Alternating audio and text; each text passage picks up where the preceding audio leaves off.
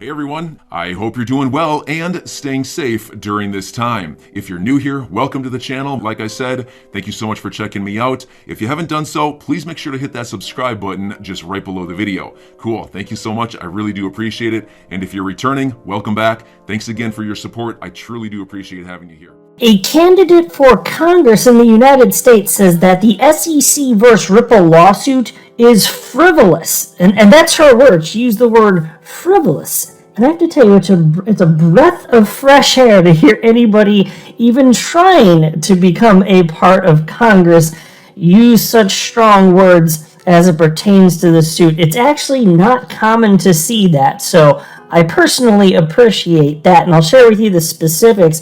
And interestingly enough, the reason that this opinion, this perspective even came out from this candidate for Congress, it resulted from something that everybody in the community has been talking about. I made a video about just yesterday. It was Congressman Warren Davidson saying some negative things about Ripple and spreading FUD accidentally, or at least mostly accidentally, I think. I'll catch you up to speed in case you missed what that's about. Also, I want to share with you this story. This one comes from the Crypto Basic. Ripple requests more time to respond to SEC's proposed redaction of key documents. Oh, yay! Another extension! Woo! This one's a short one, though. It's not that big a deal, but yes, it still steams my vegetables just a little bit. And then I want to share with you this story at the end of the video. It's unrelated to anything having to do with Ripple or XRP, so I'm going to save it for the end as a result. But here's the headline from the Daily Hodl. U.S. Department of Justice charges 2 crypto traders over alleged $1.1 million Frosties NFT scam. Now look, the world of crypto, there's no shortage of scams.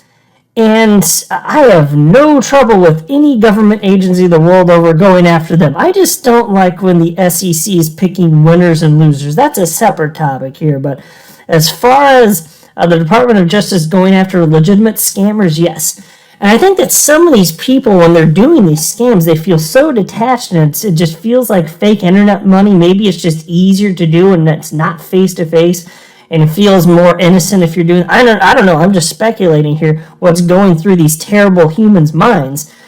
But if you do this, you're a criminal, and you're going to go to jail. So check out this story.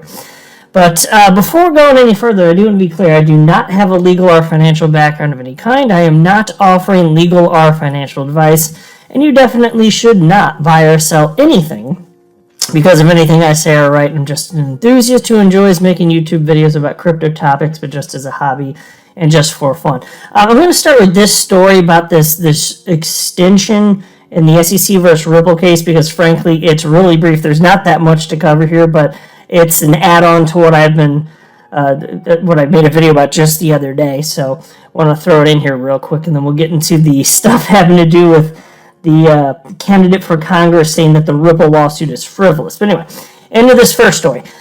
Following the Securities and Exchange Commission's request to redact certain portions of some meetings notes between the agency and third parties, defendant Ripple has filed a motion seeking an extension of time to respond to the SEC's proposed redaction. So, indeed, I did make a video where I highlighted all the specifics. Not going to get into it here. Again, this is just a little add-on piece here. I will mention that the SEC, there are certain notes that they don't want Ripple to see certain aspects. Maybe it's legit, maybe it's not. Maybe the redactions are perfectly reasonable. I don't trust the SEC, so I'm skeptical of anything they want to do when they're hiding stuff, because they're still trying to hide those 63 Billy Boy Hinman emails, and I heavily suspect that there's some really damning evidence in there. But here's what attorney James Filan shared with the community. So shout out to James Filan for continually sharing all of the legal updates. So this is the actual letter from Ripple's legal team.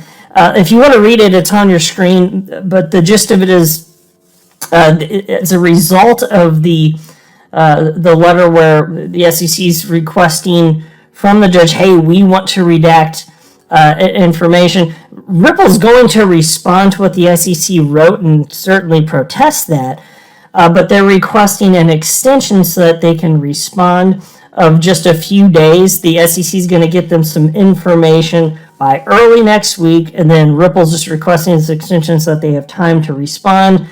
And I'll tell you what, as much as we don't want to see any extension occur, if Ripple's requesting it, I'm going to assume it's legitimate. If the SEC is requesting it, I'm going to assume it's not legitimate because it's in the SEC's best interest to drag this out and emotionally drain everybody on the opposing side, but it's in Ripple's best interest to get this thing hammered out as quickly as possible. So if they're requesting an extension, I'll take their word for it and assume that they actually need it. Now into this next piece here. Again, a candidate for Congress says Ripple lawsuit is frivolous. Well, where is this all stemming from? Well, let me set the table really quickly. I made like a 25-minute video yesterday, so I'm not going to rehash all of my perspective on that, but I do want to make sure that everybody knows that we're at least talking about. Warren Davidson, who is a very pro-crypto guy, happens to be a Republican in Ohio, so he's one of 435 members of the House of Representatives in Congress. He fell for something that you shouldn't really fall for, but I acknowledge, like, we can all be gullible, and if you have just the right circumstances, we can all be gullible. And then you feel kind of embarrassed when you fall for something stupid. This is just one of those moments. It doesn't mean he's dumb. It doesn't mean he's gullible all the time necessarily. But he did fall for a scam. Actually, I think this was a website in this case. It was a fake Ripple website noting that there's going to be a distribution of over 5 billion XRP from Ripple, which certainly is not true. Warren Davidson saw this and assumed that it was true, and he took issue with it because this meant, of course, that a central entity was going to be distributing, issuing over 5 billion XRP, which would dilute the price of XRP. And so he tweeted out, so if a central authority can dilute the value of all XRP by issuing plus 5 billion new tokens, ? And then he tweeted this out also. A bit of nuance from the central authority. And there's a fake Ripple Insights blog, that's their official blog series, but this is a fake Ripple Insights entry justifying why they're doing what they're doing, explaining that people that have XRP balances get dividends, which just isn't true. So he quickly realized, based on community response, that this was a scam. He fell for a scam, not that he actually gave money to the scammers or anything like that. There's no indication of that. But he thought that this was legitimate and thought that this was something bad about Ripple. And so my question was, why was he so quick to jump on board and just assume that that this was the case? Why does he really believe that Ripple's a central authority? Because even if this isn't true, I mean, Ripple does have a huge quantity of XRP. 1 billion of it gets released each month. Does he have a problem with that? Then he had a problem with 5 billion here. So after 5 months, that's 5 billion. Now, granted, not all of it ends up in the XRP ecosystem. Most goes back into a rolling escrow still. But does he have an issue with that? It just makes me wonder, what does he really think about Ripple and XRP? It really makes me wonder. And he does seem to think, from what I can tell, that the whole thing is centralized. So he doesn't seem to understand the difference between concentration of an asset versus a centralization of a blockchain. And those are two completely different concepts here. And so this is not an attack on him. For sure, everybody's entitled to their opinion, even if he does think this stuff. I think it's erroneous, but nothing personal against him. And he then tweeted out, after he realized that those two first ones were just from a scammer, he put out a third tweet where he wrote, deleted tweet referencing the distribution of plus 5 billion XRP by central authority controlling supply pending authentication. And so I don't know what the hell you still have to authenticate once you realize that it's a fake Ripple website. What are you waiting to figure out? Didn't make sense to me. And then at a short while after he tweeted that one out, he deleted the third tweet too. It was strange, and he shut down communication first. He and I mentioned this all in a video yesterday in greater detail, but he turned off the opportunity for people to respond unless they were following, unless he was following them on Twitter, or if he mentioned specifically that they had the permission to reply to that particular tweet. So he didn't like the responses, he shut down communication, and then he just deleted the whole thing, which was kind of regrettable. And unfortunately, to this point, he still, it's almost 48 hours later since this debacle began, and he still hasn't come out and offered any explanation of what's going on or what he thinks about XRP or centralization or any of this stuff, the stuff that the community wants to know. He's not answering any of this. So the community, understandably, over the last 48 hours has continued to talk about this. It hasn't really slowed down. Even during day 2 of this whole thing, if anything, things just got amped up further, and I'm going to show you why. But also, it's worth noting this. Tag XRP has done a great job digging up all sorts of information having to do with the background of some of the SEC officials at the center of all of this, everything, all the shadiness that's been gone with the Ethereum ICO, all the stuff that we've been talking about for close to a year at this point. Tag XRP has done an excellent job highlighting. In fact, on March 5th, and I mentioned this yesterday, he shared this tweet. This is before all of this went down even. And he highlighted that the Token Taxonomy Act needs a full investigation. Now, the Token Taxonomy Act, it's something that does seem to be good for the entirety of the crypto space, but we have questions with anything, understandably, having to do with the Enterprise Ethereum Alliance. And here, he noted from an article that here it's on your screen, the Token Taxonomy Framework was developed by more than 24 businesses and overseen by the Enterprise Ethereum Alliance. So he's just saying, okay, well, let's look into this further. And so then it's just kind of interesting to note that he's saying, let's look out for this. And it turns out that the Token Taxonomy Act, which Warren Davidson has been pushing, well, it was overseen by the Enterprise Ethereum Alliance. And then so you couple that with the fact that he seemed to think that Ripple was some sort of central authority surrounding XRP, which is not true. There's no explanation given, no apology, no anything. And so the fact that there's been no response at this point, I will say it's kind of regrettable. I think that he kind of botched the recovery of this, because in order to fix the situation, you got to have open, transparent communication. And there's been no communication on this other than this, which I assume he was referencing the debacle here.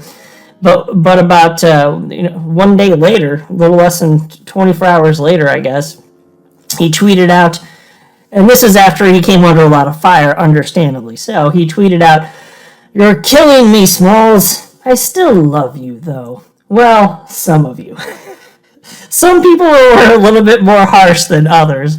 I've been pretty chill about it. I like to give people the benefit of the doubt. Now it's been almost 48 hours, though. I don't think he's going to say anything about this and explain why he thinks Ripple is a central authority or what exactly happened. Anything to that effect. Looks like he's just moving on, which is kind of regrettable.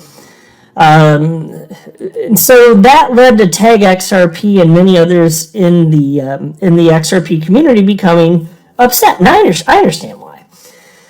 And so Tag XRP 14 hours ago tweeted out, "If you're disappointed in what you learned about Warren Davidson working with members of the Enterprise Ethereum Alliance that obliterated our XRP, then Vanessa Enoch, PhD, is running against Warren Davidson. Vanessa Enoch would you be, he tagged her there, would you be willing to set up a crypto wallet and take XRP donations? So, look, I don't know that, I'm not convinced, honestly, and everybody's entitled to their opinion, so if I disagree with anybody that's listening to this is not an attack on you, please don't take anything wrong, like, I just like sharing ideas and having an open discussion here. I'm not convinced that Warren Davidson is doing anything shady. Keep looking at it, fine. If you find anything, let me know. I just, there's no evidence to this point. I'm not convinced he is. It looks to me like he's got friends at the Enterprise Ethereum Alliance, but, presumably other parts of crypto as well. Other people in crypto as well is a better way to word that. And it looks like he just wants what's best for the space, and he may not even be aware of some of the shadiness going on. He doesn't seem to want to recognize the shadiness going on with the Enterprise Ethereum Alliance, which is not surprising since the Token Taxonomy Act, which is something he's pushing for, and this is part of his political career. I don't think he'd want to throw Enterprise Ethereum Alliance under the bus, and he seems to just not be addressing it. And he has to have been, I would think anyway, that he's been made aware of this because he's gotten so many notifications on Twitter. He's active on Twitter. I don't know how he possibly could not have seen this at that point. I don't know how he couldn't have. So this is all speculation. Again, I'm still willing to give him benefit of the doubt. Nothing personal against him whatsoever. I'm just covering what's been going on to this point here. Now, a Chip from On the Chain, YouTube channel, he thinks that Tag XRP is way off base in pushing Warren Davidson's political opponent and wanting to fund her with XRP specifically. And he tweeted out the following. He wrote, I commented, "You have lost the plot. Offering up a progressive social justice warrior? Seriously? Davidson is a member of the Freedom Caucus." So we got the same scam email as we all did and made a mistake. I disagree with you wholeheartedly. So a few things here. Look, I'm never going to preach politics on this channel. I only touch anything political insofar as it pertains to the content of my video because this is a cryptocurrency channel. So if there's something crypto related, especially if it's XRP related, okay, I'll touch on it. You're not going to get me preaching anything political on this channel ever. I understand that is not why people come here, period. Not going to do that. So the only thing I'll say here on this, I don't have any problem with anybody else that wants to share their political opinions. I just shy away from that. The personal opinion, no disrespect to anybody that wants to share their opinions. And my stance, period, is even if you're listening to this, even if we have different political views, my stance is we can still respect each other, right? Like, I can still respect you. We can still be friends. That's where I come from here. Now, I happen to be more on the right politically, so I suspect that as far as that stuff goes, I'd probably agree with a lot of what Chip has to say here. And as far as the email here that the scam email, or maybe it was a fake Ripple website, it was one or the other, that Warren Davidson fell for, again, on the right set of circumstances, anybody listening can fall for a scam and be tricked, okay? And then, I get it, we can all feel embarrassed, but we can all fall for that type of stuff. So to me, it's not that big a deal. I just wish that Warren Davidson would address that here. And also, even though I'm not going to preach politics, I will say this in general, and I think this makes sense no matter what you believe. Like, I'm not a one-issue voter. So as much as I've said in the past, and I do believe it's important to try and get people out of political positions that are anti-crypto, and I do believe that's generally speaking important. I'm not going to, if they have views that are just completely against everything that I believe to be important and true in life, that's going to weigh heavily. And so I'm not a one-issue voter.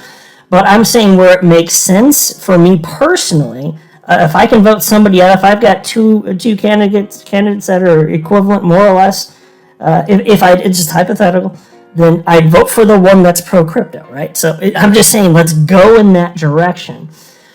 But no, I'm not going to be a one-issue voter. So tag XRP, he seems to be a one-issue voter here, and if that's how he wants to approach things, that's his prerogative. That's fine. People can do whatever they want. I'm just sharing with you how I look at this in general. Not a one-issue voter, although crypto is very important to me.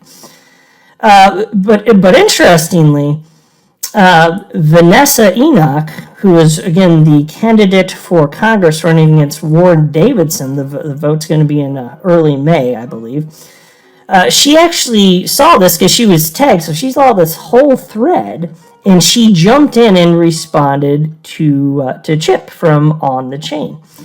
And she wrote, "Ha! You know nothing about me. I am a business owner of a financial services and IT company with an MBA and a PhD in public policy, and unlike Davidson, who is a proxy for big banks and insurance, and who has barely held a job outside of daddy's company, I built my business." So again, I'm not going to get into the politics. I'm just covering the story. And then somebody named xrpl Mart 2 responded to Vanessa and wrote, "Where do you stand on digital assets and XRP? Have you looked into the SEC's handling of this case? Can you tell the XRP community?"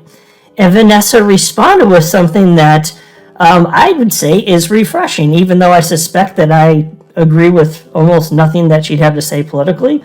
I just find this refreshing regardless. Here's what she wrote. "I am a supporter of and holder of some digital assets. I am in the early stages of an NFT project now. I am slightly familiar with the frivolous lawsuit filed by the SEC against Ripple and XRP. I definitely will research to learn more about the status of the case." And so I just say, regardless of your politics, that's a refreshing thing to say. And so for me, what I value in life is intellectual honesty. And so that's why you'll find I'm not going to say, everything that the political people on the, more on my side of the political ideology, I'm not going to say everything that they believe in is right. I'm going to call them out if I think they're stupid. And if people on the other side, where I tend to agree less, if they're saying something that makes sense, I'm going to applaud that too, because I value intellectual honesty above almost anything else in my personal life. I want to surround myself with people I can trust. And if people will just prop up anything, even if the arguments don't make sense and I can see that it's not likely they believe it, that's a turnoff to me. So for me, intellectual honesty is one of the most important aspects that I look for when I'm surrounding myself with people in my own personal life. So that's just the way that I choose to live. I hate partisanship that isn't necessary. Not that everything has to be bipartisan. I think to some degree bipartisanship is overrated because this is a fight. Like, you got to fight for what you believe in, and sometimes there are certain things you just can't give. But niches where it's not necessary, just happy to recognize that as well.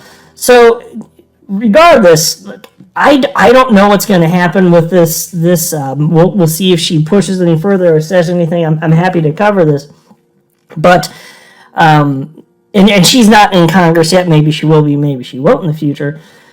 But it's good to see even somebody running actually talking about this, and it's disappointing that Warren Davidson is silent on this and doesn't seem to want to talk about any of the shenanigans having to do with the Enterprise Ethereum Alliance and how Ethereum, ended up with its free pass, and how there seems to be a complete unequal distribution of justice, which is just endlessly offensive to me.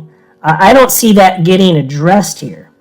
So it is what it is. I'm just reporting on the story again. I just, whatever you think. That's perfectly fine. I don't judge somebody negatively, like I said, just because they disagree. That's just not how I approach stuff in life. So hopefully, even if you happen to be somebody listening that, even though you don't know the specifics of what I think and believe, even if you know based on what I said, you're on the other side, this is just a crypto channel. Like, we should still be able to get along, right? That should have no bearing whatsoever. So I'm just sharing my thoughts on it. All right, now let's get on to this last story, which I found interesting. From the Daily Huddle, U.S. Department of Justice charges 2 crypto traders over alleged $1.1 million Frosties NFT scam.